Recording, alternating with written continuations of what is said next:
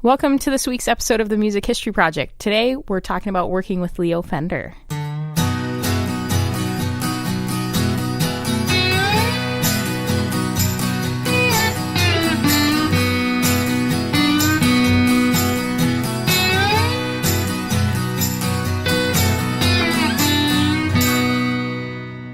All right. Hey, Dan. Hey, Mike. Hello. Hi, Elizabeth. How are you guys doing? Doing great. I'm happy to be back here. We're having a very special podcast today about those folks that we've interviewed that worked with Leo Fender. How exciting. Yeah, and we've been getting quite a bit of positive feedback from people out there listening to us, so thank you guys so much for taking the time to let us know that you're listening. And just a reminder that today's episode is inspired by the collection of interviews that we have through our oral history program here at NAMM. If you want to check out anything in our collection, make sure you go to our website at namm.org/library.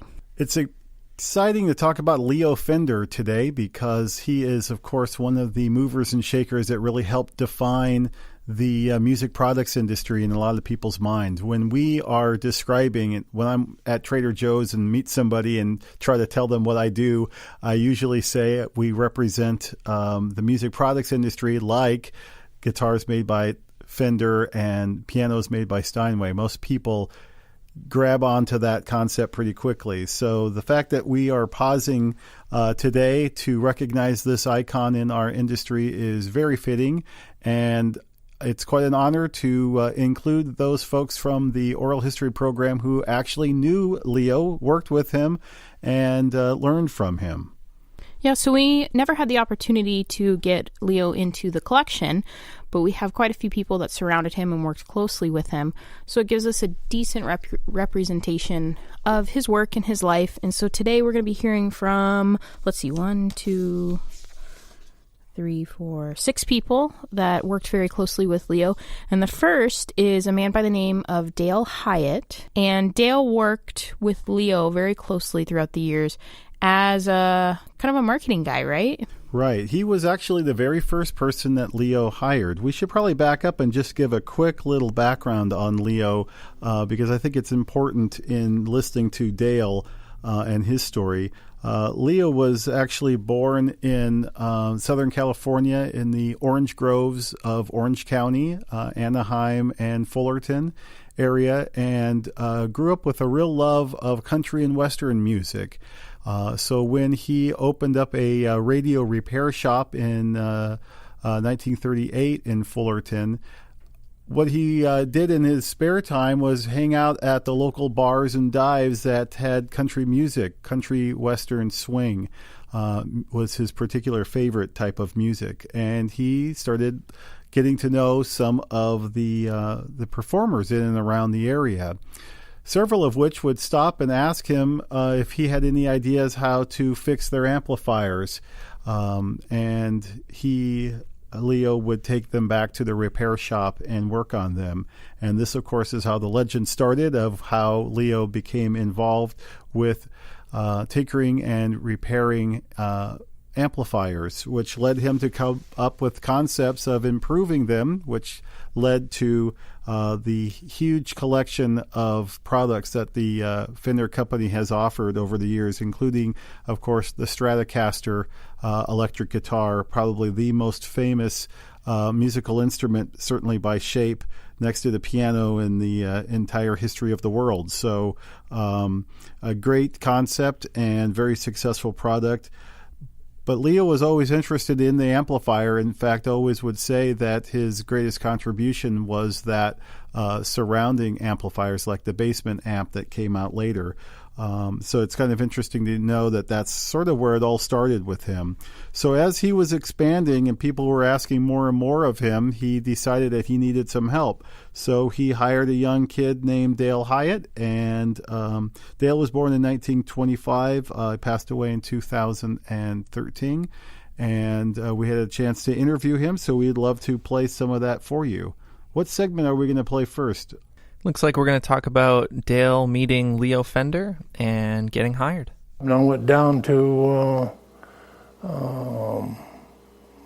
employment service, and they had a guy building guitars, one thing and another. So I went down and met Leo Fender and got an interview there and got hired. And so the wife and I decided to go ahead and get married. So we got married, that went into Huntington Beach, California with her aunt and uncle, and got married that the night before I went to work for him.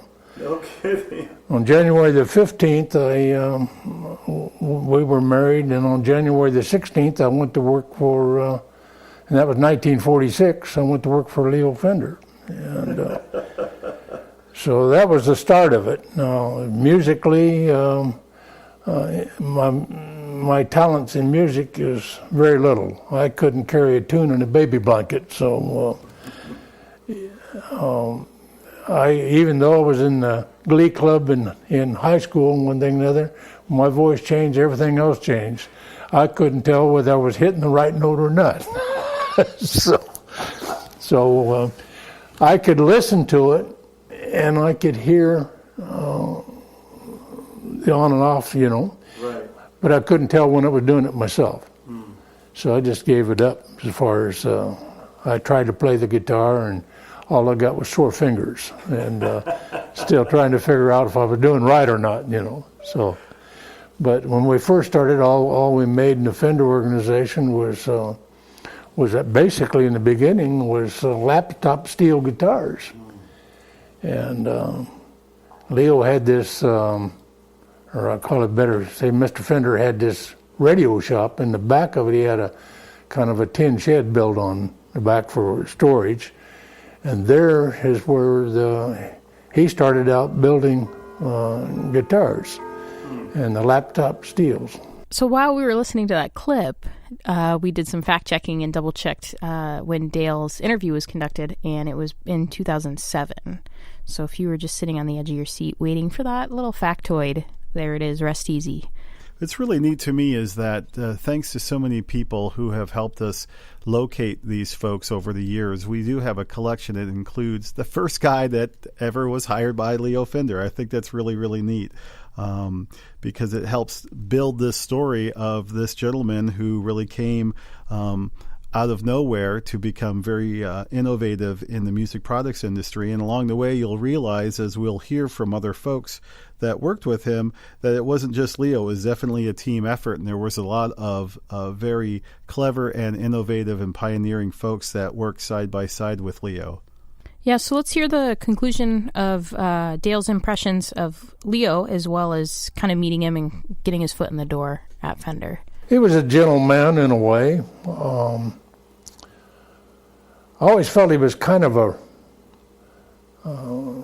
recluse. He never let himself go unless something tickled him, and then if he get to really laughing, that's when he opened up and he was a real human being, But I became, as I got to know him, I got more and more fond of him all the time. He was like all of us. We all have our problems, or we think somebody else has got one, maybe when it's our own.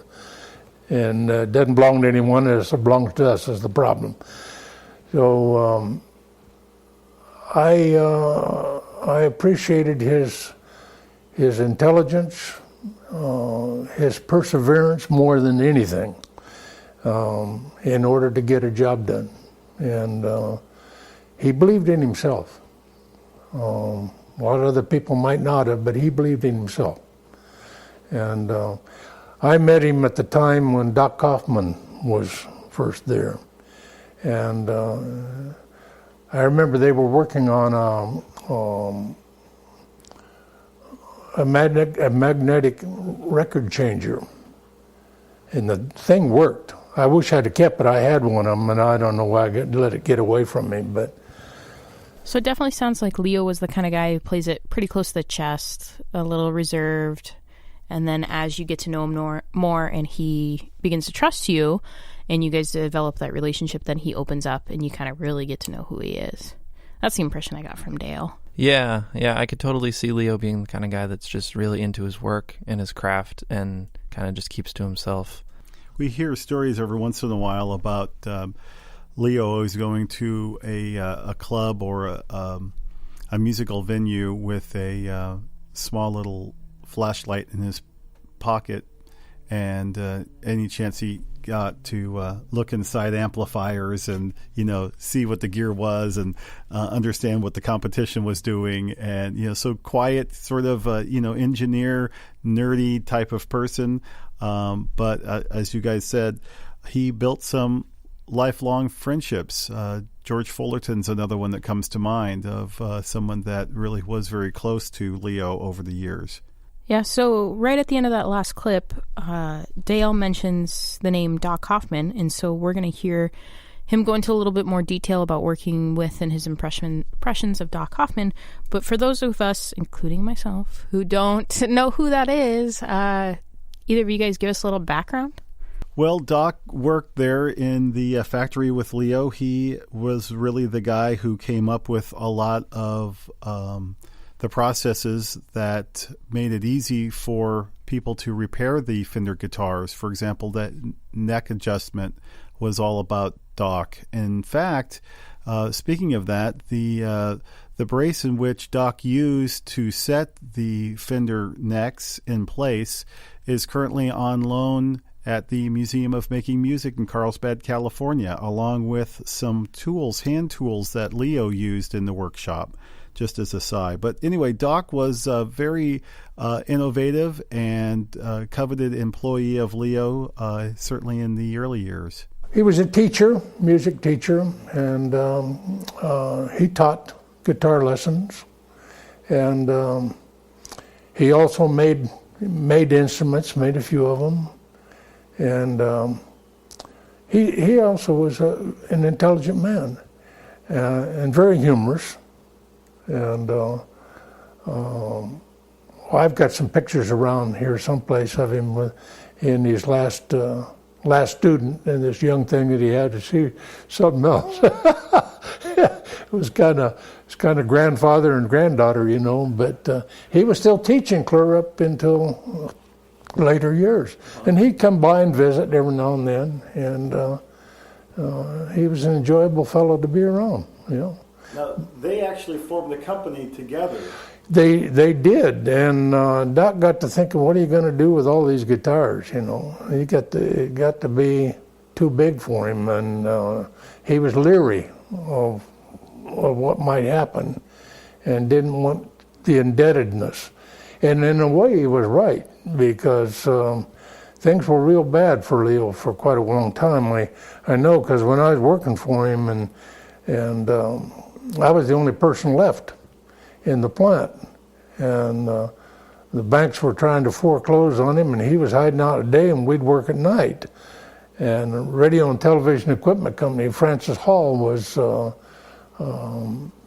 had financed Leo a little, I think, to help out. And of course, he wanted every piece of merchandise that Leo built, had to go through him.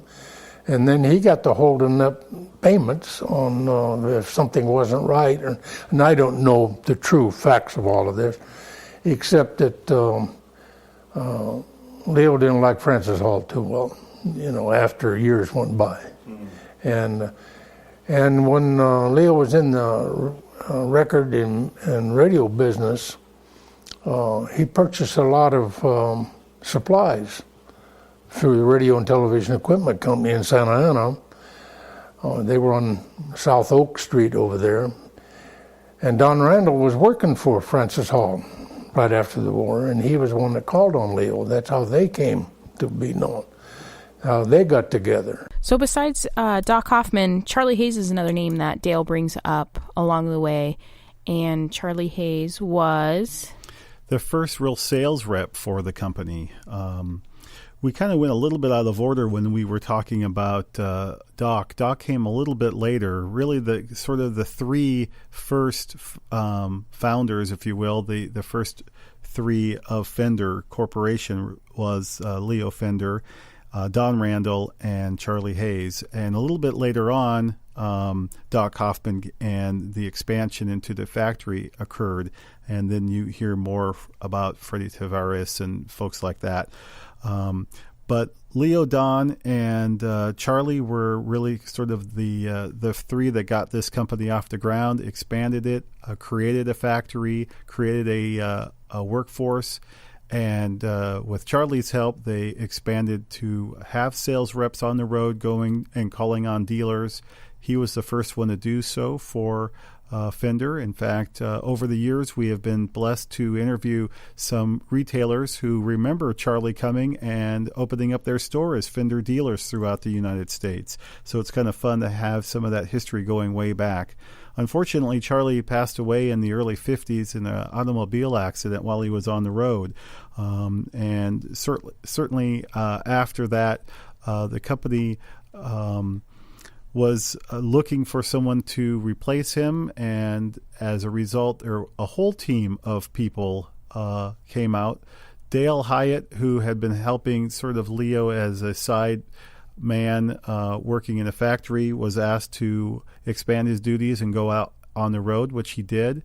They also hired a country and western star, Billy Carson, who went out on the road. Interestingly enough, one of the magical elements of the success of the Fender company in the early days, in my estimation, is the fact that they were incorporating musicians to help them get the word out about these instruments, using them as product endorsers for lack of a better term. Before they were using them in advertisements, they were going around to these clubs and saying, hey, try this instrument. What do you think of this? And getting feedback and ideas that would help them create and modify the products that they were working on. Probably the most famous is Billy Carson taking that big slab of wood, as they called it, and saying, oh, this is neat, but it's cutting into my ribs. Can you contour it a little bit around this side and cut it this way and cut it that way? And the shape of the Stratocaster appeared. So those are the kind of things that helped progress the company for sure. And so Charlie was very important in that early stage, as well as Don Randall, who we'll be hearing from a little bit later on as well. All right, so let's listen to Dale Hyatt speaking about Charlie Hayes, reflecting on Charlie, as well as we're going to transition right after that into when Dale jumped in and spent some time on the road helping out with sales. Charlie Hayes? Yeah, I remember Charlie quite well. He was a very, very good salesman. He could sell you a set of false teeth that you would need when you were 50, if you were 24. And he was that good. I mean, he had a way, and everybody was his friend. I mean, he was one of these kind of guys could walk into a bunch of strangers, and they would all love him by the time he left.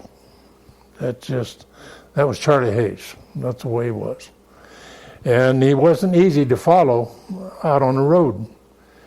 Man, I heard more stories about what he had promised different guys and everything else, and I couldn't live up to those, you know.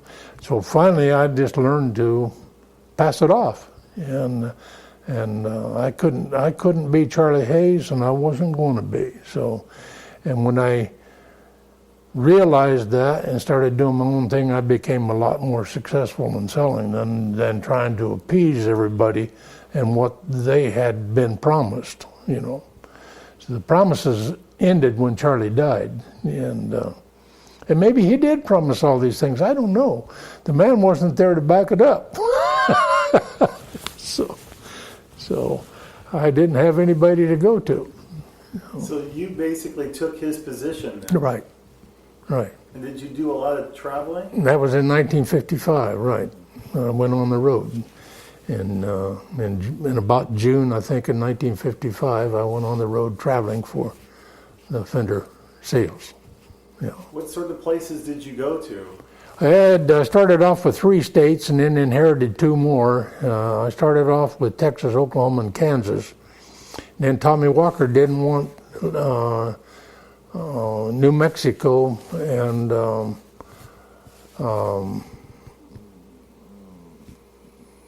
let's see, wasn't Arizona, because he kept that.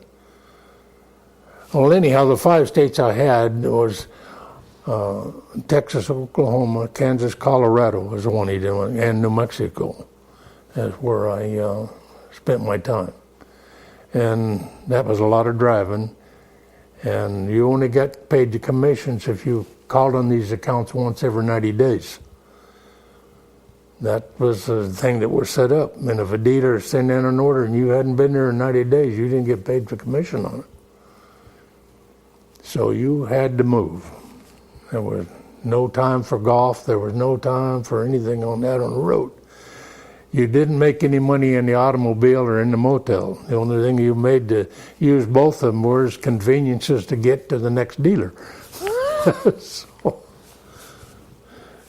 What kind of car did you have then? I started off with driving a Mercury, which carried all kinds of samples and everything. I had it loaded, and then I found out you had to unload it every night in the motel room or it'd get stolen, you know. So I was loading and unloading all the time, and traveling, you know, down the highway at 90 miles an hour to get to the next one. So, but that all started out in a 54 Mercury station wagon. And then I got rid of that later on and bought a 56 Lincoln. And it might have even been a 55, I can't remember exactly, but I had Lincolns all the rest of the way, all the time that I stayed in sales until I retired from sales after CBS bought the company. I left in 1972, I think it was. It just got, this guy Bull they hired in as vice president of sales didn't know. He came from a piano manufacturer, and his mother was a Story, and his dad's name was Bob Bull. Of course, this was Bob Bull Jr. And he was, I guess, quite a background in music, but he didn't have any personality. Everybody that he met, he made mad, including me. He came out to travel with me, see if I knew what he did. And after 3 days, I took him to the airport and said, "Here's where you go home." So he said, "What do you mean?" I said, "It's not safe to travel with me anymore."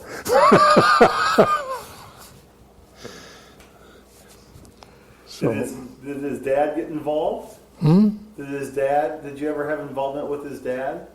With his dad? No, I never met his father at all. Never. I just know that was his name. Yeah. And I never met his mother. I never met any of his family. But he was a friend of the guy that came in and took over the position of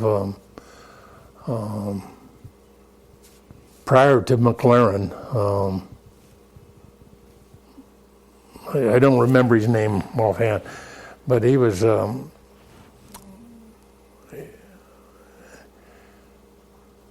he was a great piano man also, and he brought Bull in as a friend deal, you know. So I'd remember the name down the line, but he wasn't there long enough either. One Bull made it more of an impression than the president of the sales did. So that's all we're going to hear from Dale Hyatt in this podcast, and now we're going to hear from someone new, Babe Simone. Dan, what can you tell us about Babe? Well, Babe was the product manager for Fender in the early days. He was born in 1937, passed away in 2014, and I believe we interviewed him in 2010 in Anaheim, California. But Babe has a great perspective because he was in the factory probably longer than just about anybody else in Fullerton, and so it was a real treat to have the chance to glean from him his experiences at Fender and his relationship with Leo.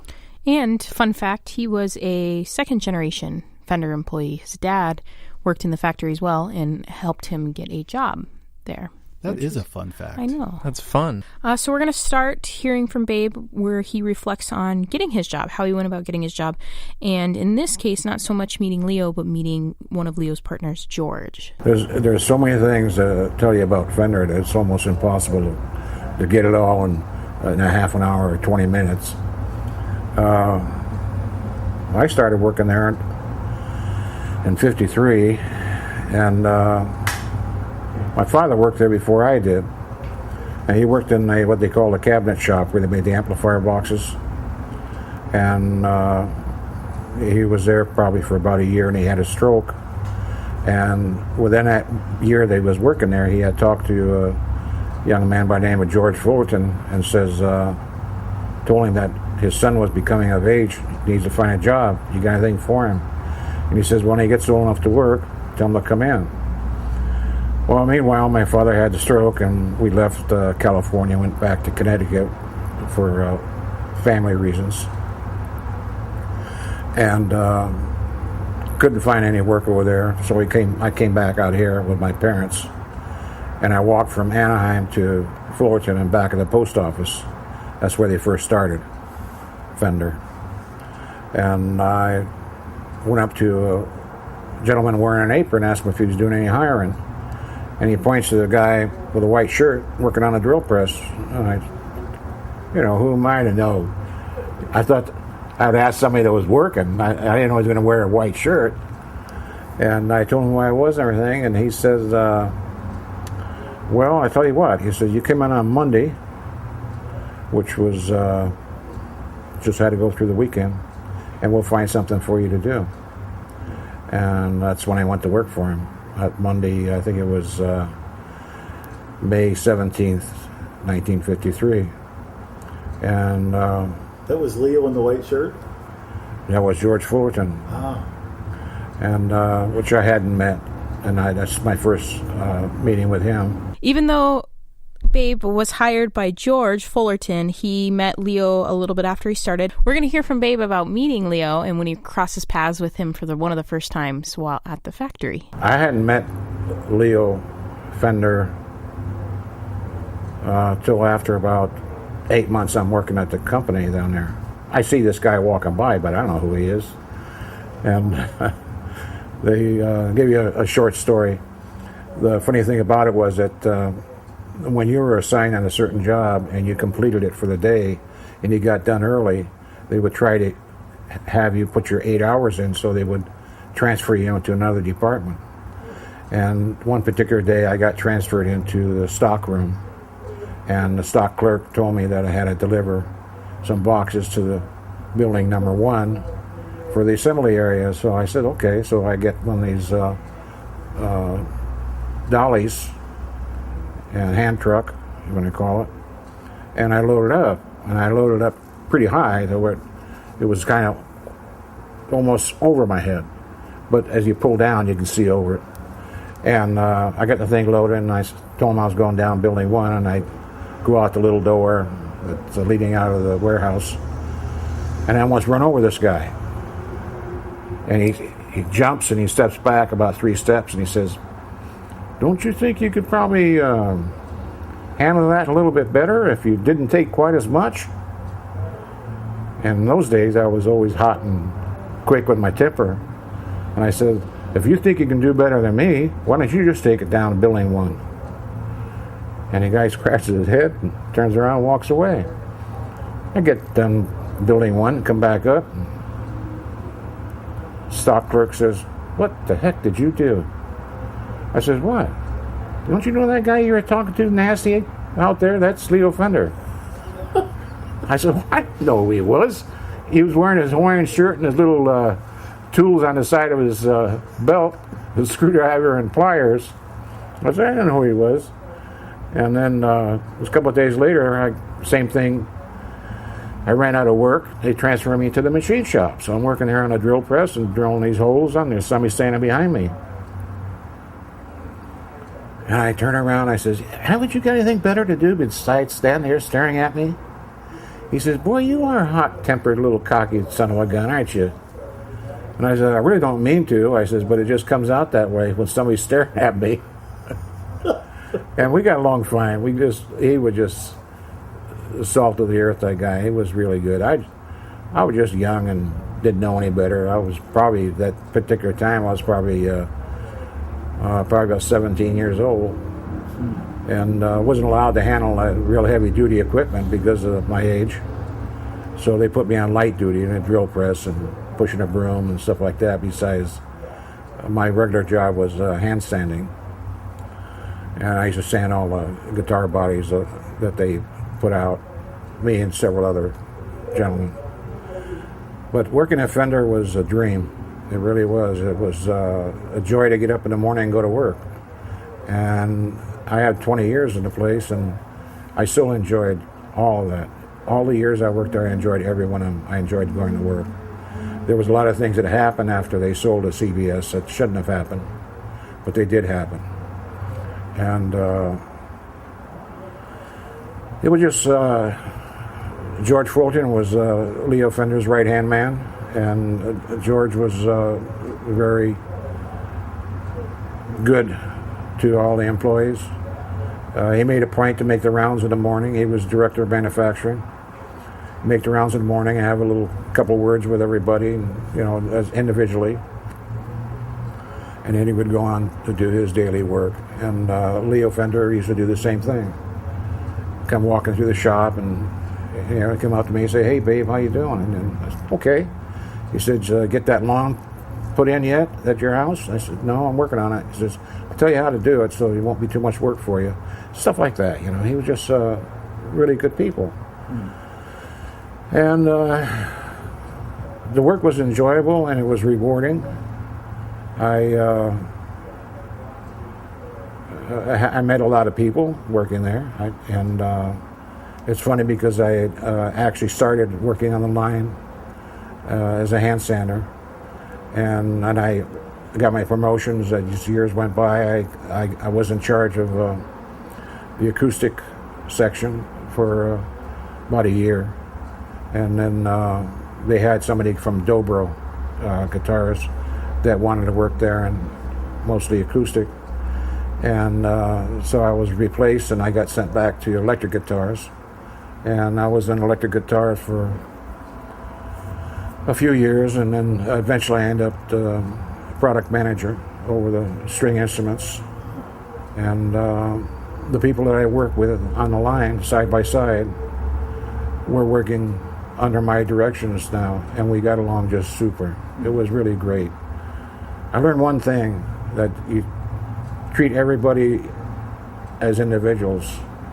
You don't treat them as a whole and put everything in one pot. You got to let the person do his own thing. And I used to get along really fine with them, every one of them. I felt bad when I left. I had a lot of tears. I had 20 years in there, and I worked for 20 different department heads over the years, and I was averaged out about one a year. Got to the point where I used to lay odds with them. Come in and introduce himself to me, and my new immediate, and I says, "Hi, I'm pleased to meet you." He says, "I understand you lay odds." I said, "What do you mean?" He said, "How long do you think I'm going to be here?" I said, "Well, just off the top of my head, I said 18 months. And I think it was about 2 weeks off. He come in and saw me before he left, the last one. He says, "I can't believe you do that." He said, "That's the way it's been running here with CBS." And they had people like in quality control. They had, are you familiar with the name Bill Carson? Yeah. And what's he doing? Is he dead? Yeah, he passed away a couple of years ago. I'm really sorry to hear that. I'm really sorry to hear that. He was in charge of the string line when I was still a snotty-nosed kid. And that's too bad. But he was in charge of quality control, and I was in charge of string instruments then, doing his job. But I don't know what his connection was in Mahogany Row or what, but he comes in one day and he's got a Telecaster. Well, the Telecaster, the pickups after they were wound, they wind them and then they seal them they wrap them with string and they seal them in wax with lamp black in it. Well, I eliminated the lamp black. You know what lamp black is? No, tell me. It's a pigment. If you take a piece of tin and hold with the pliers and put a flame underneath it, and then you move the flame away and look at it, there's that black soot. To me, and you probably soot would be there to say what it is, but they call it lamp black.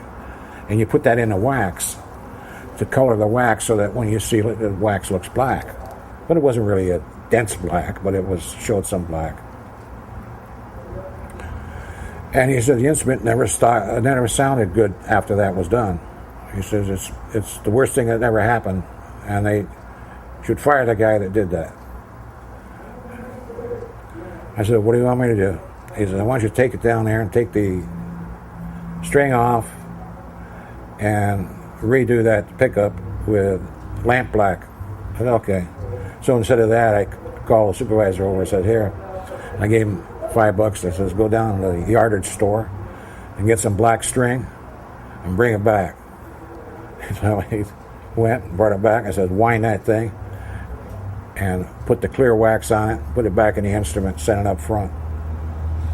And there he was. He says, boy, this thing sounds good. It never sounded better in your life. He says, there's great tone to it. Listen to that.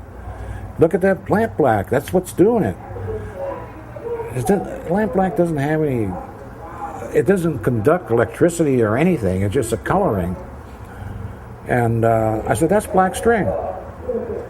Boy, he about wet his pants. He really got upset with me for doing that. I said, well, you told me you're going to throw me the hell out of here for doing something that I thought was good, because that black stuff would get it all over the place. It was all over during the day. The girls would get on their hands and transmit it to something else, and oh boy. And so they started wrapping it with black string, and he thought that he accepted it. He accepted it. And because on the telly, the one pickup where the bridge is at, and when they take the cover off on the body, you can see all that inside of there where the pickup's at, if you're familiar with it. Mm-hmm. And so it went lit. I don't know what they're doing now, if they're using lamp black again or what. But, and then I used to keep in touch with a lot of my people I used to work with. And I get kind of nervous about looking them up anymore because, like I said, they've passed on. And but Leo Fender turned out one heck of an instrument, and it's the people that made it, the people that worked for him that really enjoyed working for him. And he didn't just treat me great. He treated everybody the same. Treated everybody good. I never heard him, George Fullerton or Leo Fender, use any profanity. I've never heard him chastising anybody. And, never heard him talking hateful about anything or anybody. Just such great teachers of how to conduct yourself as a human being. And I don't think you find those people anymore. I don't know if you do. I've turned this operation I'm at right now into a one-man show. That way I don't have to deal with people that I don't like. And believe me, there's a lot of them out there. So now we're going to talk about kind of the heart of Fender, which is the products. And Fender is definitely well known for everything that they've put out, from the Stratocaster to the Telecaster, the Precision Bass, and the Bassman being a couple of their very well-known products that they've put out over the years. So now we're going to hear Babe talking a little bit about what it was like working on the Strat and the Tele, as well as some other projects. You started in '53, so you were around when, were they already starting the Stratocaster at that point, or that came later? I made many a Strats. No, that They're probably, I just off the top of my head, they're probably in the 60s. Probably the 60s. And what about the Precision Bass? Did you have a... I had a guy come in. I had a guy come in here on. You're talking about the square one that looked like the Telly. Yeah. Well, I had a guy from England come in and see me. In fact, there's if you want his name, it's on that cardboard up there on this shelf right over here. He sent me a letter, and the Telly, the last 5 Telly. Let's take it back. Precision Bass. The last 5, the square ones, might have been 6. Let me run off of that thing. With a fiberboard pickguard on it. It didn't have the vinyl pickguard. It had a fiberboard. We used to sand them on lacquer those. And a little peanut that you thumb for your thumb. Oh, yeah. That was made out of wood back in the old days. Now they're plastic, I think. And that was, I think, I was hand sanding. I sanded the pickguards for him, and I sanded the last 5 or 6. And that's when he converted over to the new Precision Bass. And that was probably done in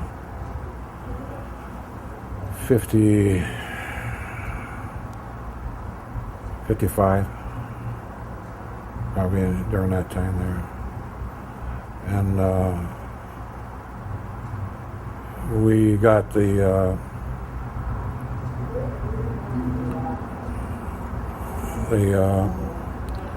was a Fender Mustang. Oh, yeah. That was developed when I was there. And oh, you familiar with the student? The student. I used to get drunk working on that thing. they I didn't know that they what they would do is that they had the plastic that looked like mother of pearl. You remember that one? Yeah. And they would put it on they had like a tub, and they had acetone and stuff in it, and they apply a little bit of heat to it, and they take the plastic and set it over the chicken wire, and they get all limbered up, and that's just the way you would get too. And you take it and you lay it on the instrument and you stretch it around it. It just folds all around the thing, and then you cut the excess off the bottom. And then we used to have a little box that had a lot of felt in it, and they call it, I think they call it flux or something like that, and they would put that on the bottom side of it. And I think they made those in 53, 54, and I didn't see any more. That was it. Really? And I don't. In fact, that was just, I wake up in the middle of the night doing guitars. And I remember when I first learned how to put the double neck string steel guitar, double neck. And I used to drill the hole half from one side and half from the other side and bolt the thing together. And I remember doing those. And we didn't do too many of them. We didn't do too many at all. We just started going into the single neck stuff. And I remember that, familiar with that plexiglass steel guitar that Alvino Ray played? Oh, yeah. I made that. No kidding. I've seen it. Yeah. Yeah, and I was really sweating bullets when I was doing it too, because that piece of plexiglass is pretty expensive. And I just did the cutting on it, and it was sent someplace else to be buffed out. But that never did function. They dubbed in the sound. Oh, is that right? That's what they told me. Really? They tried to get it to work, but it didn't. They say it was completely different than working with wood. So, how about the Paisley? Paisley? Familiar with the Paisley? Oh, yeah, right. They couldn't get the stuff to stick. What they would do is put it was wallpaper. They put it on the instrument with lacquer. They put a coat of lacquer on it and put the paper over it and let it dry so it adheres to the. And guess what happens when you put another coat over it? It reactivates what's underneath it because it goes right through the paper and come off again. I took care of that problem for them. On the acoustic guitars, they used to have a fracture that came in the neck slot. That was one of my easiest fixes I ever done for the instrument. And Roger Rossmeisel was the one who designed that acoustic for Leo. And he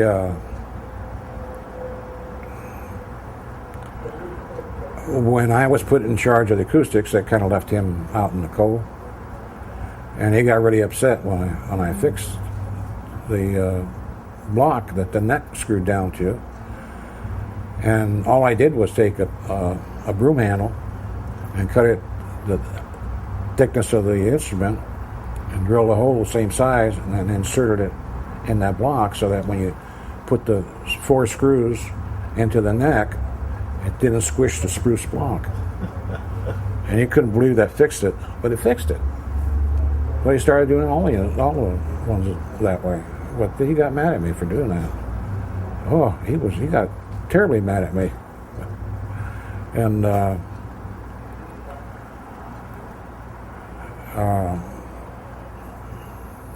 he ended up. I had to go over to the main plant one day, and when I took over the acoustic department, they already had all these people hired in. They're already hired in. I had nothing to do with them, except introduce myself as their leader.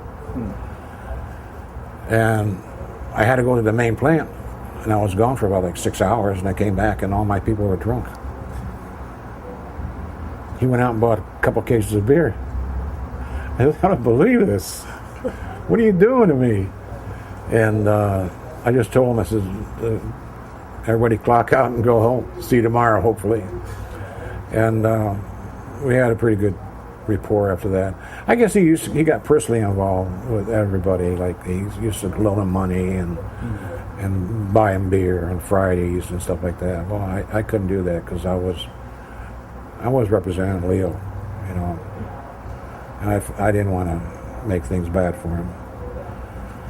And everything turned out pretty good. And by the time the guy from Dobro came down, everything was going pretty good. But Rossmeisel used to go in the finish department, and every time he saw a flaw in one of the instruments, he would take a pencil and put a little mark by it. Well, the painters come in the morning; they don't think that Rossmeisel's going through their stuff in the finish department. You know, it's already you got maybe a coat of paint on it. And they start spraying them. We end up with pencil marks on the finish. And I said, "Oh, don't believe this. Who's doing this?" And he admitted to doing it, but we had to end up stripping a bunch of stuff. And if you remember the Wildwood acoustic, Oh yeah. the guy that worked in that department, I didn't know it, but he was colorblind. That's why we had some come out with mixed match colors. And it was one day we were sitting there, and he just kind of told me what his problem was, and I finally realized it because I used to get him in his case almost every day, like, why did you put this color with that color? What's the matter with you? And I found out he was colorblind. But we also used to do the Coronado. Coronado was not good. Didn't work out well at all. And we put the binding on it, and come back in the morning and take all the wrapping off, and the binding be on there. And we take our scrapers and scrape the binding down so it fits in. And 2 days later, the binding would be pulling off. It would start to release itself. And I kept on telling Forrest White, because I used to have to answer to him. I said, I can't work with this stuff. He said, does it stay on there? The glue's no good, or the vinyl's no good. He says, that's what you got to work with it. So I took it upon myself to write a letter to the company that supplied us with the material. And I said, you're using the wrong material. The guy who manufactures it tells me I'm using the wrong material. He said, the material is made for signs. It expands and contracts according to the weather. He says, you'll never get it to stick. And that's why we changed. But I couldn't get that until I stuck that letter in front of his nose. He wouldn't let me change. It's always great hearing Babe tell these stories. I mean, there's a guy who's certainly had the first-hand accounts of those early days at Fender and the development of some amazing products that continue to inspire people to become music makers. I think it's a fantastic perspective. Another guy that was there at the early days that we mentioned earlier is Don Randall, who was really the business side to Leo and was the gentleman who started the ad campaigns and started the contracts with the dealers. He's the gentleman who came up with a lot of the names of the instruments, like Stratocaster and Telecaster, for example. So Don played a really important role. I think he had sort of a love-hate relationship with Leo, especially after the sale of the company to CBS in the 1960s. But it was certainly a very important partnership that both gentlemen recognized at various parts of their career. We had an opportunity to sit down with Don Randall, and we'd love to share a little bit of that interview with you here. So here's Don talking about reflecting on his work within Fender and some of the products and ideas he worked on, as well as strategy when it comes to products. So you have quite a reputation of creating things that people have really enjoyed and have used. Well, it's been enjoyable doing it. It hasn't been a chore at all. And, of course, it's given me a vast acquaintanceship around this part of the world, in fact.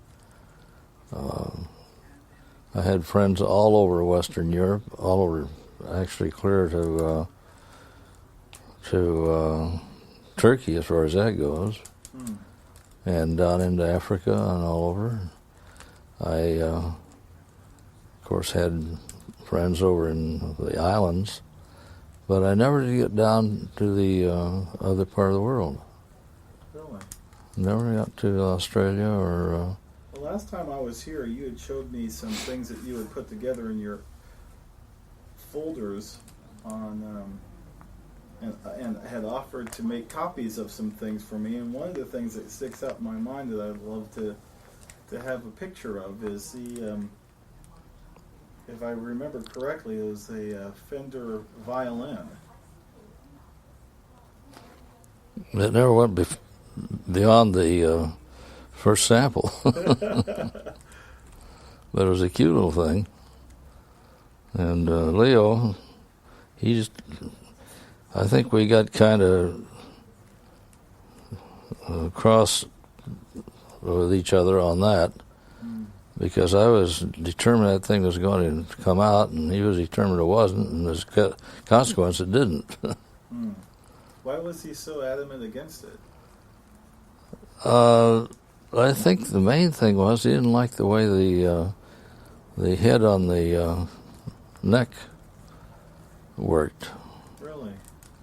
He just didn't feel it.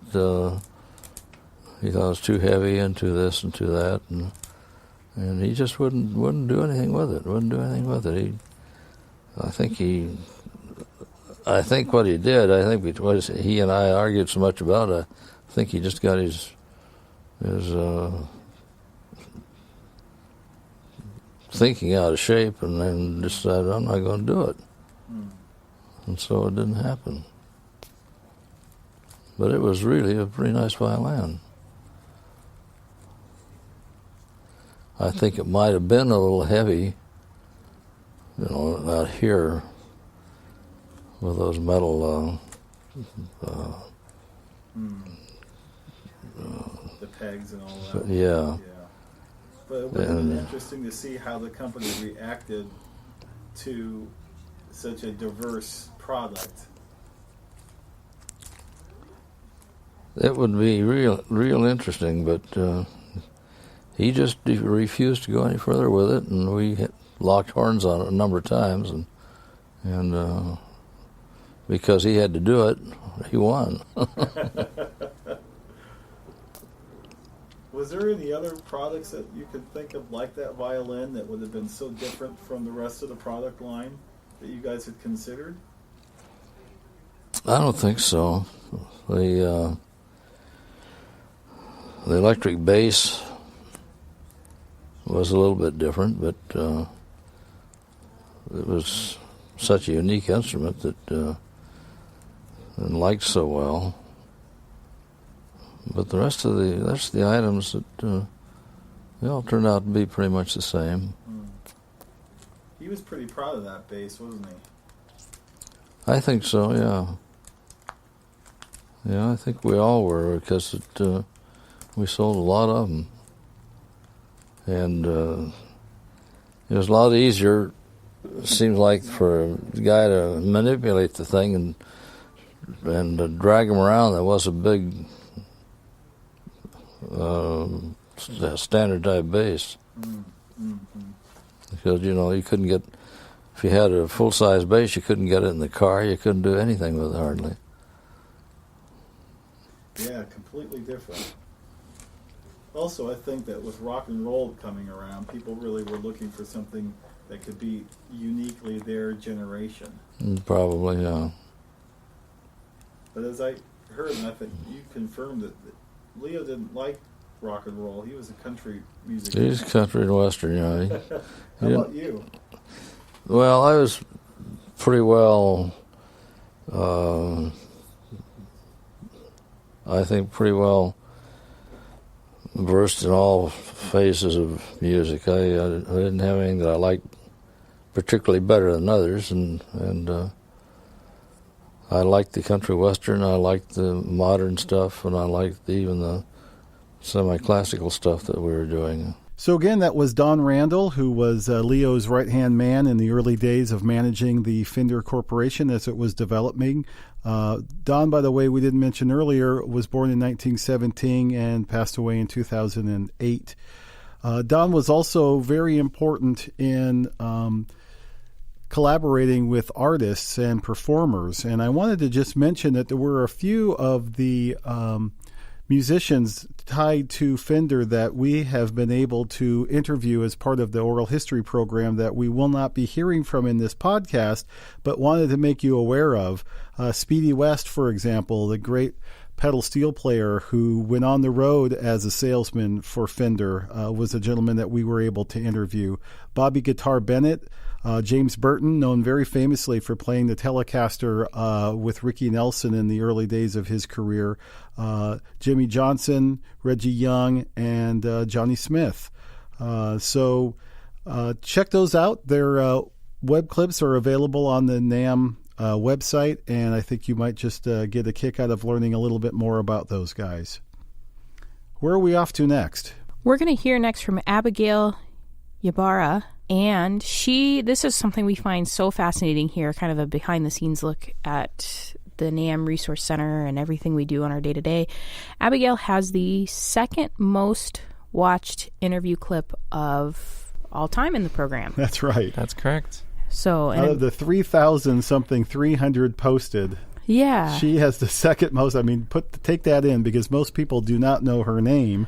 Right. I was going to say, if you're out there and you're listening and you're a guitar player and if you know a lot about Fender, you probably know who she is. But if you are not a guitarist, you probably are like, who is that? Because that was me. I was like, who? You would think it would be some of our more kind of celebrity quality style interviews, Stevie Wonder or B.B. King. You'd think they'd be number one for sure, just because there's that cross-platform marketing strategy. Everybody knows who those guys are. But nope, Abigail beats them all, with the exception of one other individual. Abigail beats them all. So, Mike, do you want to give those who are unfamiliar a brief background of Abigail? Why is she so big? Well, as far as I know, Abigail is pretty famous when it comes to Fender guitars. She was the pickup winder for Fender, and Dan, you can correct me if I'm wrong, but I believe she was there for about 50 years working at Fender, yes. winding pickups. And it became kind of this fascination, kind of like a following with who is winding your pickups, and Abigail's always seemed to come out sounding better, having better tonal qualities. And as far as I know from watching her interview, there was really no secret to it. She just kind of had the magic touch. So we're going to hear some different clips about her throughout her career there, reflecting on her career there at Fender. And it'll be interesting if you can kind of picture her and stuff like that, at the time of the interview, she was still working with Fender, and didn't she just retire only recently? That's correct. So it's pretty impressive to have that long of a career. So we're going to start with her experience getting hired at Fender.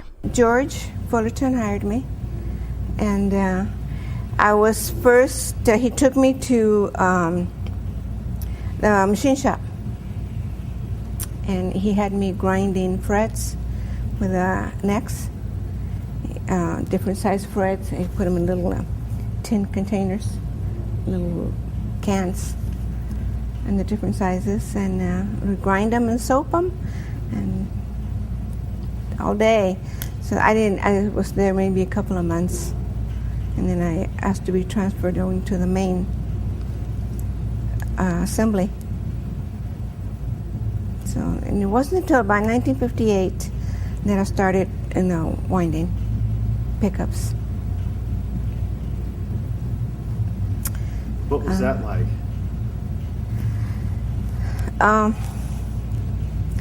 Working there, to me, all of it was not really like a job.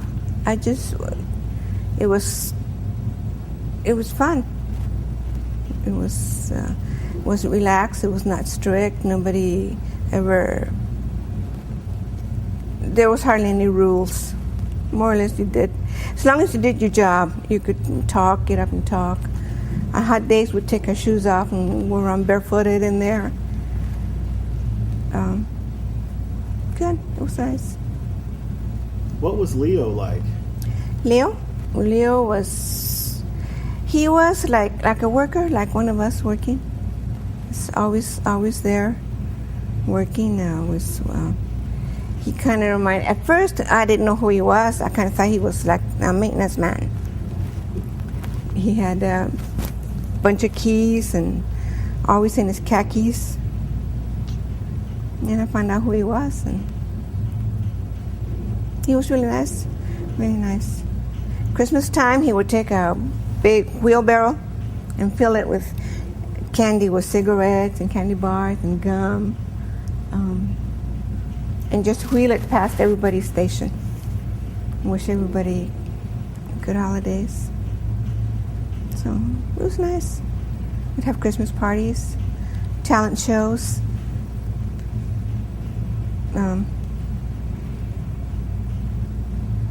Get-togethers at different houses. And Bill Carson used to like to have us go to his house for parties. It was fun. It was fun back then. And what was it like? Because if you were there in '56, so you were there for the popularity boost. You know, when Buddy Holly and those guys started playing the guitar. What was that like? It was to us it was great. We had this City at Night, this TV show they used to have back then. They came and they filmed us at night, and that was exciting. And we started picking up a lot of production. Couldn't believe how much more work we were putting out. Leo always said that his guitar was the Cadillac of guitars. That's what he used to say, and we thought it was true. We would go to a dance or a party, and we're always looking for our guitars. It was neat. You had pride in what you were doing. Oh yeah, absolutely. We did. In the custom shop, I have a smaller coil winder, but I wind by hand in the custom shop. Just like the old days. The machine is more modern. It's not a sewing machine motor. But yeah, it's hand wound, like the old days. Is there a trick to doing a hand wound? I don't think so. You just get used to doing it. Nobody really, I don't think, not too many of the ladies liked running the coil winders. So, and I ran the coil winders for a long time. And then I transferred out of small parts over to final. And there was no one they wanted to do it. They had a lot of trouble getting someone to wind. So I will have to go back and run the machines again.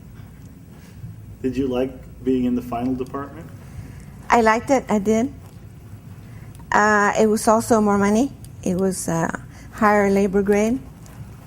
So what they did when they changed me back to the coil winder is they made that a higher labor grade so that I could go back and do it. Oh, so you didn't have to lose any money? No. Oh, that was good. Mm-hmm. What sort of things did you do in the final department? I would put the hardware on the bodies, the bridge and the strap buttons, the pick guards, control plates, all that. I like doing that. 'Cause I like the people I was working with over here. So. Do you play guitar? No. When we were making the pianos, Harold Rhodes, I took piano lessons for that. So. Did you do assembly for that? No, not the pianos. So, I mean, all in all, it's been fun. Time has gone by so fast. Even now, I can't believe it's been so long. Do you have any good stories about Leo or working in the early days that you'd like to tell? Oh gosh, there's so many.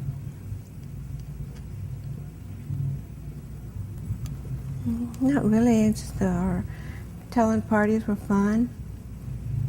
If you had a talent, you just go up there and do your thing. I never did. I was You were too shy.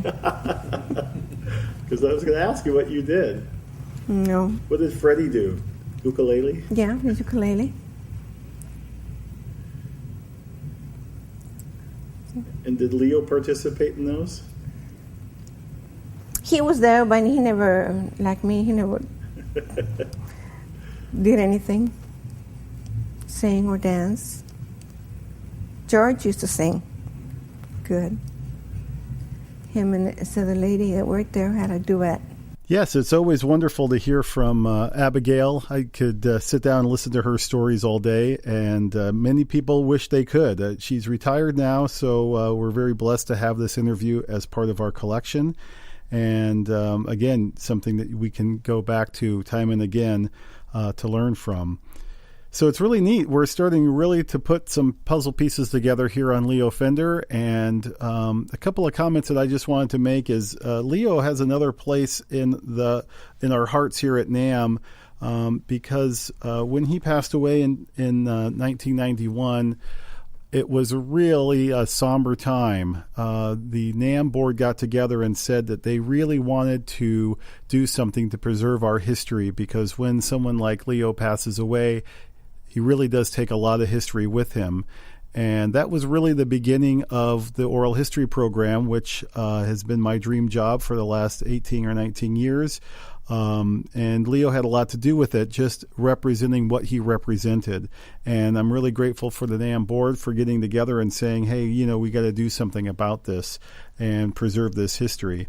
It's also neat to reflect on the many people who have talked about going to the NAMM shows over the years and seeing Leo sitting in a booth. I never met the man, but I can just picture, a chair, sitting in a booth, talking to anybody and everybody who would walk by and ask them questions. And so it was a neat opportunity, I think, for many people to have that chance at a NAMM show. The other thing I wanted to mention is just a few other folks that we have interviewed that worked with Leo, knew Leo, or are part of the Fender story that have also been part of our collection that you can check out that I hadn't mentioned earlier. One was a guy named Bob Perrine, who was the ad man starting in the late 1950s. And for those of you who remember the very iconic Fender ads during the 50s and 60s, this was Bob's brainchild. So, for example, the surfer coming in on the beach playing a Stratocaster That was a picture taken by Bob, and many advertisements really helped develop an audience for the products, and Bob is really to be thanked for that. We also interviewed Jim Crawshank, who was in charge of advertising for Fender, who went on to help develop all of the very famous now NAMM booths during the 1960s and 70s.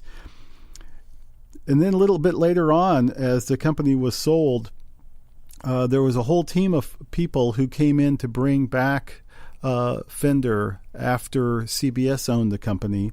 And we're talking about Bill Schultz and Dan Smith, folks like that. We've been very blessed to interview a lot of those guys as well. Don DJ Johnson and Ed Rizzuto, just to name a few. Roger Cox, who's been a big help to us, also helped design their amplifiers. So as you can tell, we are trying to cover this story from a lot of different angles, and once you sort of open up the can of worms, it can lead to a lot of different, very fascinating stories and characters, for sure.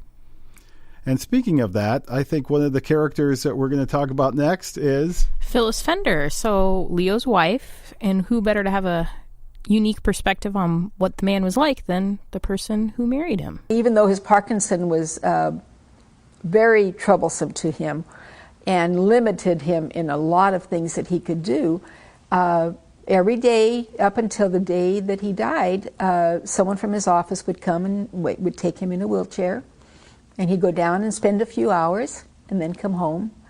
And but he wanted to be there. That was his joy. These were his babies he was creating. This is the family he never had, and he was just more joyous there than any place.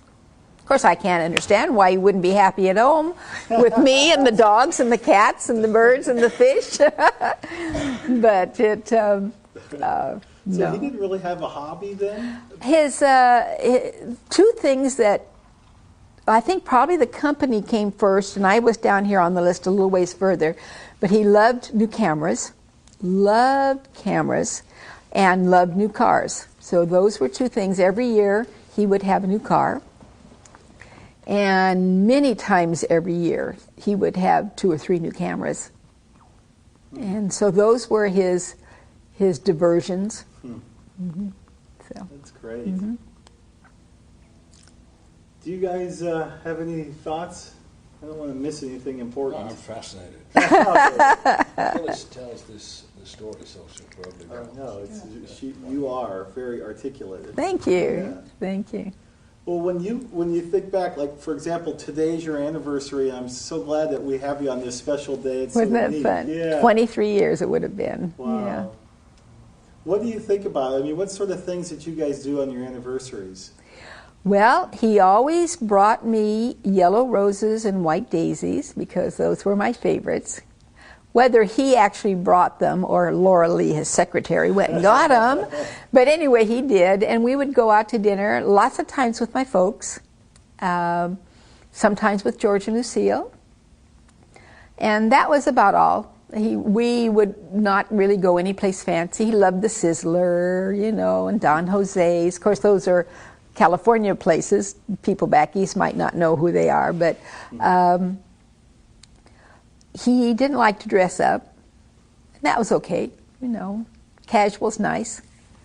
But he loved to go to the Sizzler. He went to the same place every day for lunch. He liked to have basically the same thing every certain night during the week for dinner. Is that right? He liked routine. He very much liked routine. He liked everything in order. And in his room, everything was in order. Everything. My end of the house, I can't say that for, but it looked lived in and looked happy, so that what can I say. But he liked orderly life, and however that could be accomplished, that made him happy. So that was Phyllis Fender. It's always great to hear a different perspective. I can't help but think about Leo every time I drive by a Sizzler. Yeah, and you hear that non-work side, you know what I mean, more of a personal side. And I think a lot of times with these icons, people assume that they are all work all the time, and that there is no family life, there is no social life, there is no hobbies, but it's nice to see a well-rounded perspective of the guy. Yep. Well said. So for our final clip today for this episode, we are going to listen to George Fullerton, who was Leo's partner. He was really his right-hand man, I think, for most of his career. He's the guy who stuck with Leo through the really hard times when the company was sold, when Leo lost use of his name, and then when they decided to get back in business and create a new company, G&L. George is the G and Leo is the L. And I think they really had a very strong friendship and partnership for many, many years. George was born in 1923, passed away in 2009, and this is a clip from his NAMM oral history interview from 2003. There wasn't such a thing as electric bass. No one had even heard of one. We hadn't even heard of one of them. But Leo wanted to build it because what Leo wanted to do was he wanted a bass that would be fretted like a guitar, and so that a guitar player could pick it up, and the lower 4 strings on that electric bass was the same as the 4 lower strings on the guitar, except 1 octave lower. So we decided that would be a good thing, and so the name for that became Precision Bass. I know it's called P-Bass nowadays, and a lot of people never heard of it. It's Precision Bass probably. But to build that required a lot of things to build it. And we worked very hard designing pickups, body style, neck length was very important.